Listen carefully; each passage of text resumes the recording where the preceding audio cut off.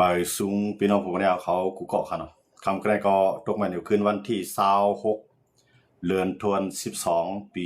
2020ฮะเขาขามาพบทมยากันในข่าวยามกลางค่ำค่ะเนาะคำแรกก็เขาขามาด้วยข่าวเงานอกเมืองปังตึกตั้งยูเครนในรัสเซียอีกหนึ่งค่ะเนาะปังตึกยูเครนในรัสเซียเนี่ยก็ตึกต่อกันมาเหยียบเข้าในปีที่4ค่ะเนาะก็ได้ปางตึกกันในว่าเป็นปางตึกกันยืดยาวมาเตะๆค่ะเนาะนับตั้งแต่ปี2022ค่ะเนาะที่จัดตึกกันมาตั้ง2จึงเมืองยูเครนในรัสเซียค่ะเนาะก็ในปางตึก2ภายในถามว่าภายเป็นภายปี้ภายซุ่มล่ะได้ก็รัสเซียเป็นภายปี้อยู่นั่นค่ะเนาะจริงล่ะในรัสเซียเนี่ยเป็นเมืองมหาอำนาจหมาย2ของกำพร้าตามอเมริกันกำเดียวนั่นค่ะเนาะก็ในรัสเซียเนี่ยมายึดในเมืองยูเครนในไรว่า5ลาดค่ะเนาะ5เมืองค่ะเนาะ5เวียงใหญ่5เมืองใหญ่ของยูเครนเขาตกอยู่ในกำมือรัสเซียก็ในอเมริกันถ้าว่าตาที่เฮ็ดให้ยูเครนในรัสเซียกึดตึกกันไรนั่นเนี่ยภายทางยูเครนหรือละยอมซุ่มแผ่นดินปันรัสเซียเนี่ยก็ในยูเครนก็ยอมรับค่ะเนาะเหมือนตั้งค่ะเนาะก็ในเพราะว่ายอมรับในอเมริกันก็แล้วว่ามันมีดังเลือกแล้วเนี่ยเพราะว่าอเมริกันนำจอยยูเครนก็ติ้นซุ่มอยู่ลีเนี่ยหนังฮือยูเครนเตรียมซุ่มนำเลยสิแน่ๆให้ยูเครนยอมซุ่มแผ่นดินมังสุนปันรัสเซียยาก็ให้ยูเครนกึดลือปลายว่วนตาเดเข้านาโตซื้อมาก็อเมริกันได้ตื่นเตไปสั่งหับไล่ลองยูเครนได้ให้เข้านาโตในครับเนาะตัวโน้ตทำให้เฮียงแลมันมาจุกอยู่ภายรัสเซียเวลาเนี่ยย้อนเบอร์มันฮู้ว่าพอเตสิบจอยยูเครนที่ก็เจอมาก็รัสเซียเนี่ยมันเป็นเมืองใหญ่มันเตรียมยอมปันยูเครนอะไรง่ายๆแล้วก็รัสเซียเนี่ยติต่อสู้สันปังตึกในยาวกว่าที่แลยูเครนก็ได้ซุ่มนำเดินได้นะครับอเมริกันก็เหมือนเจ้าหนังประธานาธิบดีโดนัลด์ทรัมป์ผู้นำเมืองอเมริกันก็แล้วว่าต่างหนังฮือมันเตลีกันขึ้นหนังฮือมันเตจังขึ้นกล้าขายดอกกันขึ้นเหมือนเจ้าหนังทั้งยุโรปซึ่งได้ก็ลองจอยแถมยูเครนเพราะว่ายุโรปเขาจอยอะไรเต็มที่ก็ให้ยุโรปเอาปุ่นพรตอนตาอเมริกันได้ก็จอยมาอะไรกันหน้าเย้านะครับเนาะตาที่10จอยกับแทงนั้นมันติไปจังเย้าไรนะสังเสว่าที่อันให้มันเปลี่ยนปางตึกนาโตเลยรัสเซียเนี่ยก็มันก็ไปถึงข้ายามไปถูกลิเปียนนะครับเนาะว่าประธานาธิบดีโดนัลด์ทรัมป์ก็ข้องเอาประธานาธิบดีเซเลนสกี้เนาะผู้นำเมืองยูเครนเสกว่าอุบนะหลายปอกหลายกำก็ให้ยูเครนยอมซุ่มแผ่นลิ้นก็ในเมืองด้านในยูเครนเนี่ยเตรียมยอมว่ายูเครนเนี่ยเป็นว่าก่อมจังยอมลองซุ่มแผ่นลิ้นเนี่ยครับก็ในได้เข้ามาด้วยก็ในอเมริกันลาดว่า1ยูเครนที่ได้มีลองเลือกตั้ง2มายูเครนที่ได้ยอมซุ่มแผ่นดินปันรัสเซียอันนั้นเนี่ยเป็นที่อันยูเครนยอมรับอะไรเมืองตั้งค่ะเนาะก็ก็วันมันได้ประธานาธิบดีเซเลนสกี้นั่นออกมายอมรับว่าที่ให้มีลองเลือกตั้งผ่าในเสียงปีหน้าค่ะเนาะในปีหน้าค่ะเนาะปีหน้าเตอันที่มาถึงในขยามจำได้ค่ะเนาะที่มีลองเลือกตั้งก็ในขยามเลือกตั้งนั้นให้รัสเซียกึดปังตึกให้อเมริกันเขาและยุโรปเขาเข้ามาไปห่มรวมบันเนี่ยสังเกตว่าอเมริกันเขายุโรปเขาเอาห่มรวมบันยูเครนก็ยินดีแต่ที่ให้มีลองเลือกตั้งนะครับเนาะก็ในภายทางรัสเซียเขาก็เรียกว่าเพราะว่ามีลองเลือกตั้งมาเมื่อไหร่รัสเซียพร้อมที่จะกึดปังตึกต่อยูเครนนะครับเนาะที่ปล่อยให้มีลองเลือกตั้งก็ในเลือกตั้งก็ในอันเป็นประธานาธิบดีเซเลนสกี้ในเรียบเต็มปีแล้วค่ะเนาะสังเกตว่าเลือกตั้งค่ะเนาะเรียบเต็มเป็นภายอันพร้อมอยู่กึ่งกลางมันนั่นเนาะมันจึงว่าเซเลนสกี้เนี่ยมันเคยเข้านาโตก็ในอันตีขึ้นมาก็หมายในเรียบเต็มรัฐลองนาโตอยู่ค่ะเนาะก็ในเซเลนสกี้เนี่ยก็มันก็ยอมรับว่าตาได้เข้านาโตนะมันเป็นความไรเนาะมันก็มื้อในลองเข้านาโตก็ของเขาอ่ะก็ในเรียนดินอันนั้นก็เหมือนเจ้าหนังที่โดนเนียดค่ะเนาะโดนเนียดในเมืองดังในรัฐโดนเนียดในอันเป็นยูเครนในรัสเซียในเขาตึกกันมาข้าวดัง34ปีแล้วค่ะเนาะที่ในก็รัสเซียก็ยึดไล่ในหัวปากใน70ปุ่นค่ะเนาะหรือหมอก30ปุ่นในยูเครนตึกอยู่ไว้ก็กะว่ามื้อในประธานาธิบดีเซเลนสกี้ออกมาปืนเผาว่าที่ในก็ที่ต้นเนี่ยอันตับซึก ยูเครนอยู่ไว้ในก็ยูเครนเดถอยออกในขณะเดถอยตับซึกออกมาแล้วก็รัสเซียก็ให้ถอยออกกะพื้นที่อันนั้นให้เป็นพื้นที่การค้าขายอย่าไปให้เป็นพื้นที่อันมีตับซึกทั้งสองฝ่ายในขณะ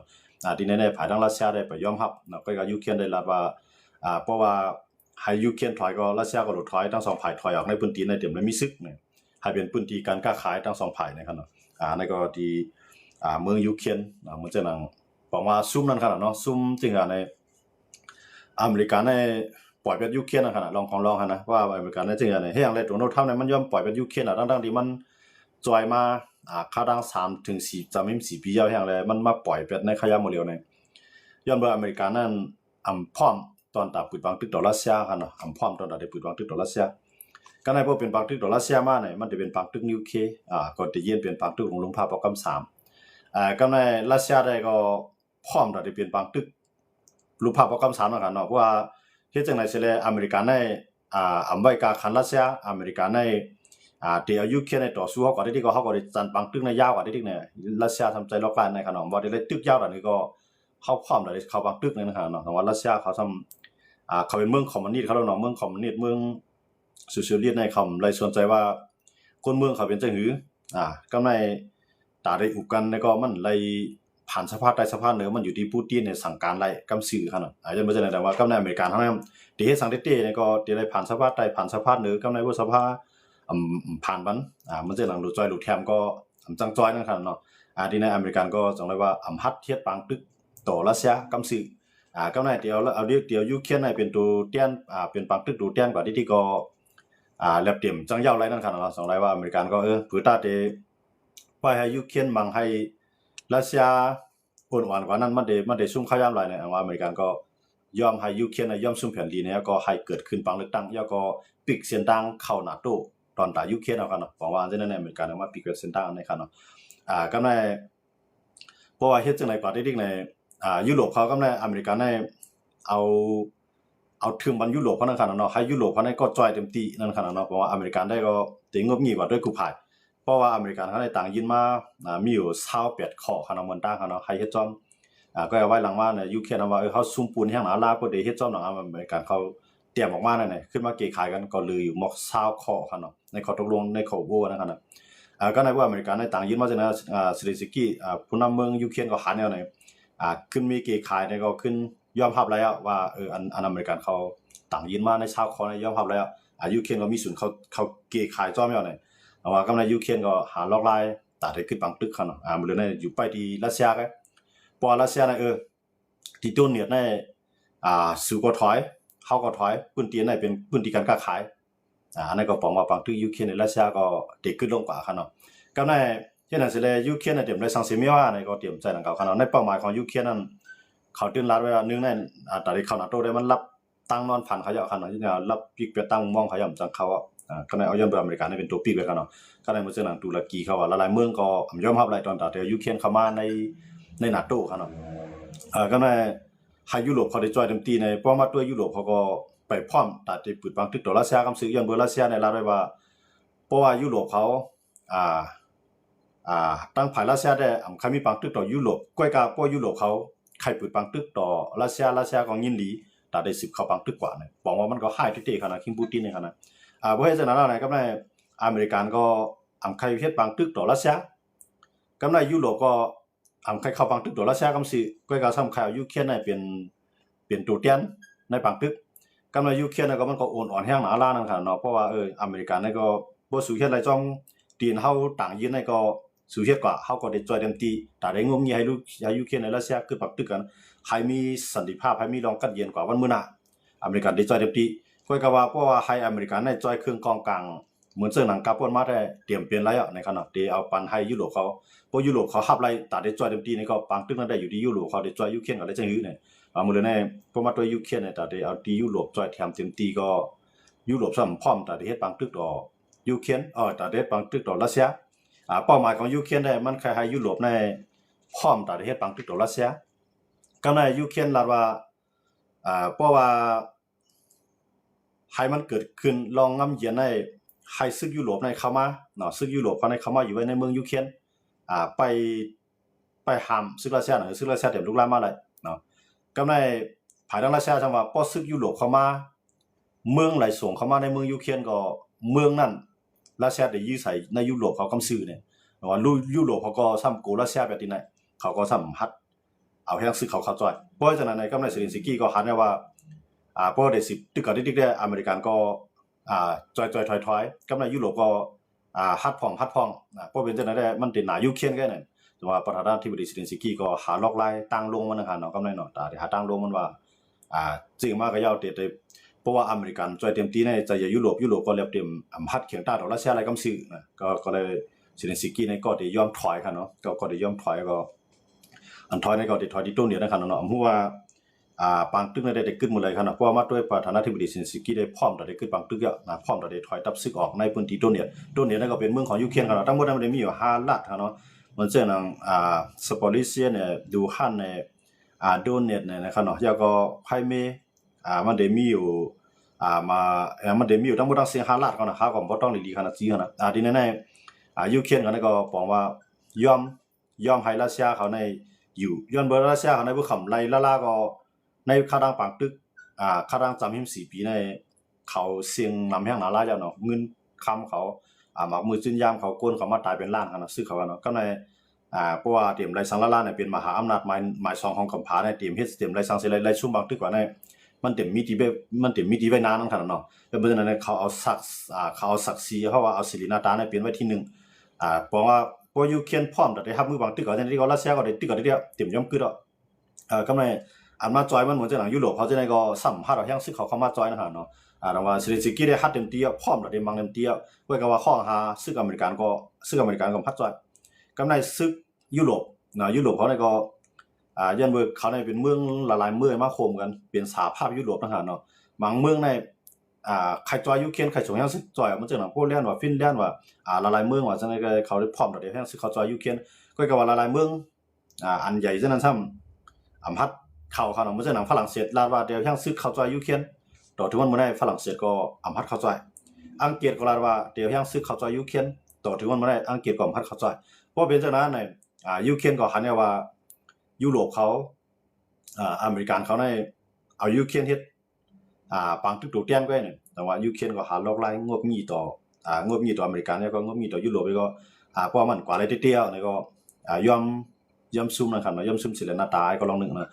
อีก็ตาเตเป้ในรัสเซียนั้นมันก็เปลี่ยนความละเอียดครับก็นึงได้เป็นมหาอำนาจก็นึงได้เป็นเมืองเล็กๆเมืองนึงก็ในมามังกันในมันหลากยาวมาหลายครั้ง3-4 ปีนี่ก็เลยว่ากัดเตี้ยๆแขนเตี้ยๆอยู่แล้วกันเนาะก็มันทำมายุบย่ำดีพลานะยุบย่ำดีอเมริกันเนี่ยอำพัดปุ๋ยบางตึกตัวรัสเซียกำสื่อกำในยุโรปก็อำพัดปุ๋ยบางตึกตัวรัสเซียกำสื่ออ่านจอยเงินอ่านจอยเครื่องกองกลางปันยูเครนไหนกำในยูเครนในเพราะเอาแห่งยูเครนในกับมังก็ได้เหมือนจังว่าเอาเงินเอามากองที่ยุโรปเอาเงินเอามากองที่อเมริกันใส่มังรัสเซียกำในพอได้เป้พอซึกรัสเซียได้ไปเลยถอยเอาเนี่ยลองจอยแถมในทำกึดเปียดพอลองจอยแถมในกึดเปียดในกำในรัสเซียขึ้นตึงอะไรขึ้นนี่เนี่ยหมอเฮ็ดให้พวกเดเป้กำไรก็ลองจอยแถมนั้นมันขาดกว่าเป็นกำให้ไหนแต่ว่ายูเครนในก็เรียบได้สิบหับมือรัสเซียกว่าอะไรแถวนั้นขนาดเนาะแต่ว่าหาตั้งลงมันหมดเลยในอันยูเครนประธานาธิบดีเซเลนสกี้ได้ยอมรับ1ได้ยอมถอยออกในพื้นที่อันเป็นบางตึกกันมันจะหลังตรงนี้ครับเนาะ2มาให้ติจัดลองผังเลือกตั้ง3ก็ยอมรับอเมริกันเขาต่างยื่นเสนอเขาต่างยื่นมานะครับเนาะก็ไม่ได้ที่ว่าจังว่ายูเครนในเพื่อนน่ะได้เพราะยูเครนใน1ซึ่งยุโรปก็ไหลเข้ามาเอาข่มรวมจอยนะได้บอกว่ายูเครนถูกต้องตึกมาครั้ง3 ปีไปเนี่ยซุ่มหลายๆเนาะ3 ปีไป3-4 ปีเนี่ยเป็นอันซุ่มหลายได้ว่าครับเนาะก็ในบ่เลือกตั้งมาเนี่ยคนเมืองในก็ได้ฮู้ตัวอยู่ว่าอ๋อใจใหญ่ตะวันตกเขาก็อำจอยเต้ๆจอยโกโก้จอยกึดๆคนเมืองก็ได้เลือกฝ่ายอันผู้นำก็ได้ขึ้นมาแล้วก็อันเด็กเกินกว่าจูรัสเซียนะครับเนาะอย่างรัสเซียได้เขาก็เรียกว่าประธานาธิบดีปูตินเนี่ยมันตินลาดาสิว่าเพราะว่ายังผู้นำเมืองยูเครนยังตึกเป็นเซเลนสกี้อยู่ในปูตินในตื่นเต็มอำทบตื่นเต็มทบยากันตื่นเต็มรัดต่อกันตื่นเต็มเข้าหากันรัสเซียตื่นมาไว้จังได๋ครับเนาะสังเกตว่าเป็นผู้นำก็ใหม่อำใจเซเลนสกี้รัสเซียพร้อมได้อุบแล้วก็พร้อมได้ขึ้นบังตึกนะครับเนาะอย่างมันจังได๋ก็ในมันเป็นล็อกไลน์อันที่ว่าให้คนเมืองในอิ่มมือกันบางตึกแฮให้ขึ้นแล้วอยู่เฮือนอยู่เย่ไผแล้วอยู่เฮือนไผเฮือนมาแหน ก็ได้เลือกผู้นำอันที่เขาอันที่เขารัสเซียไล่ลีเลเซซิลินสกี้นั่นขนาดเนาะที่นี่มื้อเร็วเนี่ยมันได้วิกว่าไล่ต้านนั่นขนาดสังว่ารัสเซียก็เมื่อไรสุดเลยนะผู้นำใหม่มาเมื่อไรเขาจองกับเมื่อนั้นในขนาดเนาะปูตินในขนาดก็ในประธานาธิบดีซิลินสกี้ว่าพวกที่รัสเซียในพวกอะไรปูตินเนี่ยนะพวกในก็ที่ไรออโตเทียนไว้พวกเอาประธานาธิบดีซิลินสกี้ก็ก็ซื้อในเตรียมพวกก็ไฮไลท์ปูตินย้อนเบิกกวนสั่งการในเป็นปูตินก็เนี่ยมันจะหลังซิลินสกี้ก็พร้อมตัดที่ปูตินก็สัมพร้อมตอนนั้นต่อหน้าสิได้กันตั้งซิลินสกี้นั่นขนาดเนาะอันนั้นก็เฮ็ดให้ยูเครนเขาก็มีตั้งเลือกค่ะเนาะที่สิเฮ็ดฟังตึกยาวอันนั้นที่ก็คนเมืองก็ทุกค่ายทั้งนั้นเนาะย้อนเมืองยุโรปเขาเมืองยูเครนเขาในเมืองเขาสำคัญแห่งนั้นล่ะค่ะเนาะรัสเซียสมังเวทนำว่ามังเวทไฟว่ามันจะหนังโคงน้ำมันว่ากูจิกร้องนะคะเนาะ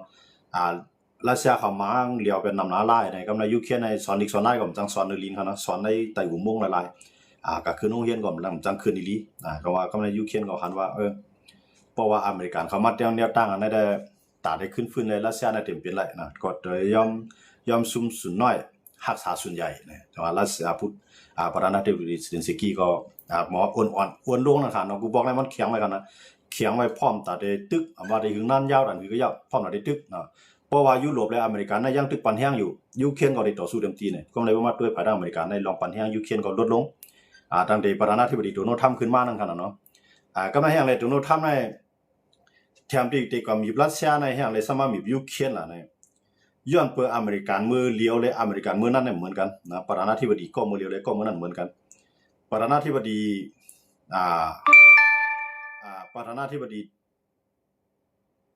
อันเป็นประธานาธิบดีโดนัลด์ทรัมป์ได้มันซ้ำใครแผ่นดินเปิ้นเนาะกำในรัสเซี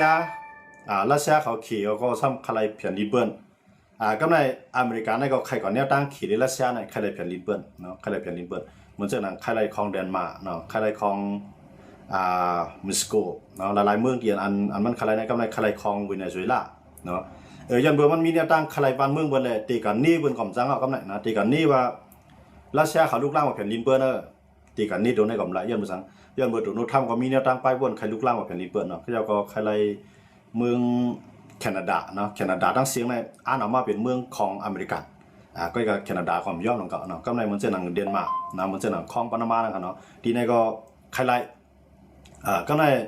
เหมือนจะหนังเวเนซุเอลาในอเมริกันในห่างแห่งซื้อกว่าเนาะห่างแห่งซื้อกว่าตั้งน้ำตั้งหลายอันนี้ก็พร้อมต่อได้กว่าปวดเปียดนิโคลัส มาดูโรครับเนาะผู้นำของเวเนซุเอลา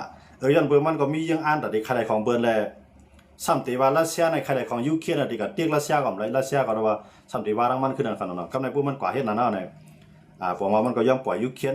อ่านแต่ดีกว่าเอาเมืองใหม่แท่งนะเมืองหลายๆมันจะหนังคลองปานามามันจะเข้าว่านะครับเนาะคลองปามันจะคลองนำลงนะครับเนาะเขาลาเป็นของเขากำในตัวโน้ตทำในมันว่ามันขลายกับเครื่องกุเดียเนาะกำในกว้างเฮือมินอันเขาก็เฮ็ดสร้างไว้มื้อหลาย10 ปีพ้นมาเนาะก็เฮ็ดไว้ดีในเมืองอัฟกานิสถานอันนี้ก็ตัวโน้ตทำก็ลาว่าที่เอามาให้เป็นกว้างเฮือมินอเมริกันขึ้นย้อนไปว่าดีแน่ๆอเมริกันก็สร้างก็เขียนก็ใจพ่อนดีแน่ภาพไรเนาะว่าฐานะที่บดีโดนัลด์ทรัมป์ก็ขลายขึ้นกว้างเฮือมินอันอยู่ไว้ในเมืองอัฟกานิสถานก็ว่าตาลิบันนั่นไปปันเขาเนาะลงบอกซึ่งตาลิบันไปย่อมปัน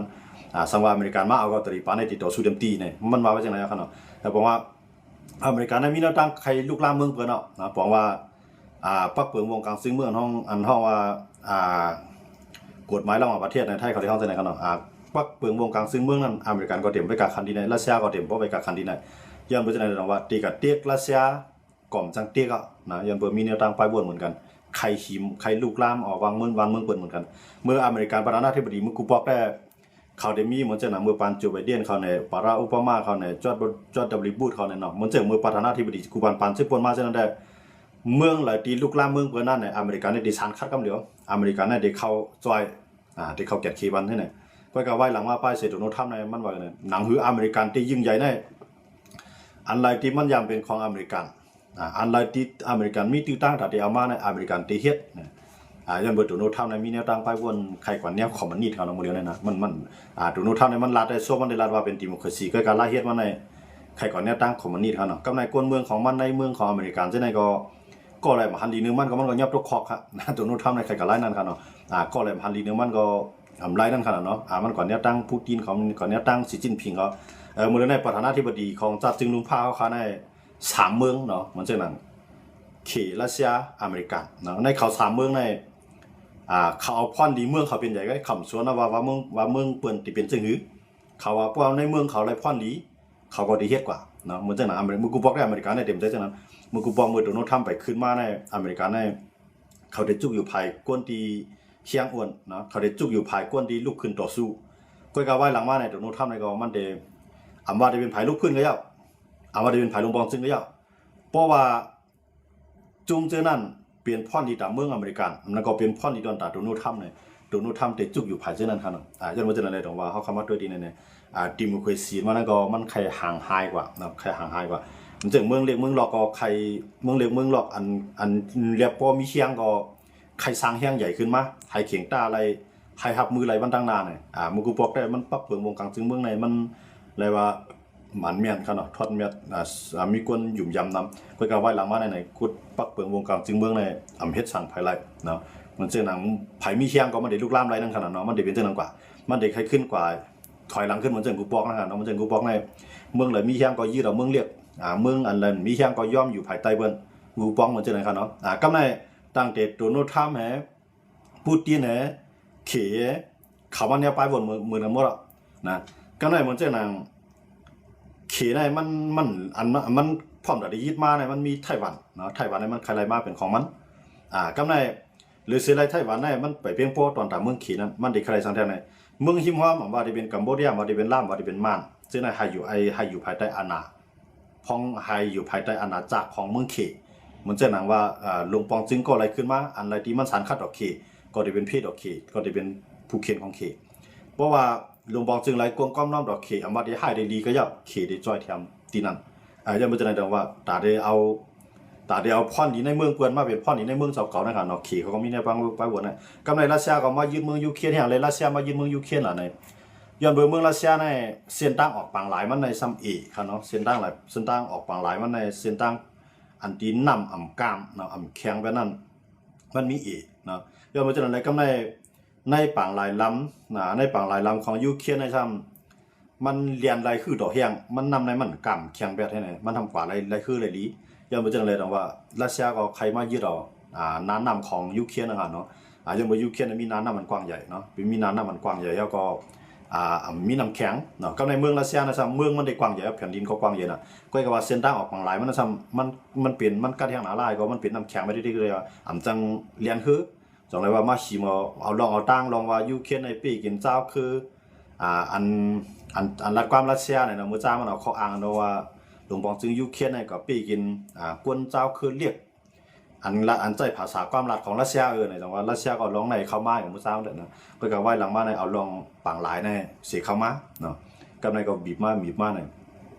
ในจังว่าเมืองมหาอำนาจในกัมพูชาลุงพาในมี3เมืองนะอันใหญ่หรือเปิ้นในมี3เมืองกับใน3เมืองในครับไผก็ใครเป็นมหาอำนาจอยู่กว่าวันมื้อน่ะก็ตีเฮ็ดคือแลเอามาไรเนาะค่อยเอาไรก็เตใจแห้งซึกเสียเอา